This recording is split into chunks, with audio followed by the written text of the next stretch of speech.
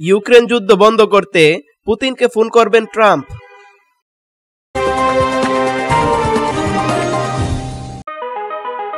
মার্কিন president Donald Trump বলেছেন, Ukraine যুদ্ধ বন্ধ নিয়ে কথা বলতে আগামীকাল সোমবার রাশিয়ার প্রেসিডেন্ট ভ্লাদিমির পুতিনের সঙ্গে টেলিফোনে কথা বলবেন।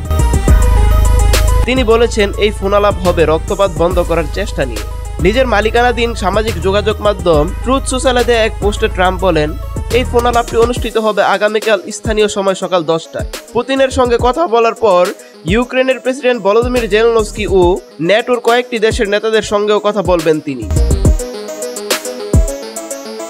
যুদ্ধের 3 বছরের মধ্যে প্রথমবারের মতো গত শুক্রবার তুরস্কের ইস্তাম্বুলে সামনাসামনি বৈঠকে বসে রাশিয়া ও ইউক্রেনের প্রতিনিধি দল। তবে ওই বৈঠকে কোনো অগ্রগতি অর্জিত হয়নি। তবে দুই পক্ষ বন্দি বিনিময়ে সম্মতি হয়েছেন। ট্রাম্প প্রস্তাব দিয়েছিলেন, পুতিন উপস্থিত থাকলে তিনি ওই বৈঠকে অংশ নেবেন। তবে রাশিয়ার প্রেসিডেন্ট সেখানে যেতে চাননি।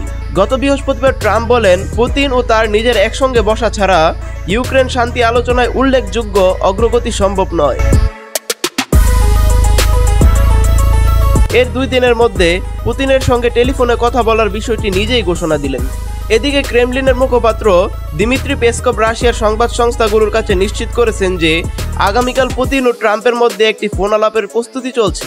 এর আগেও এই বিষয়ে দুই নেতা একবার ফোনে কথা বলেছিলেন। পেসকভ বার্তা সংস্থা তাসকে বলেন, আলোচনার প্রস্তুতি চলছে।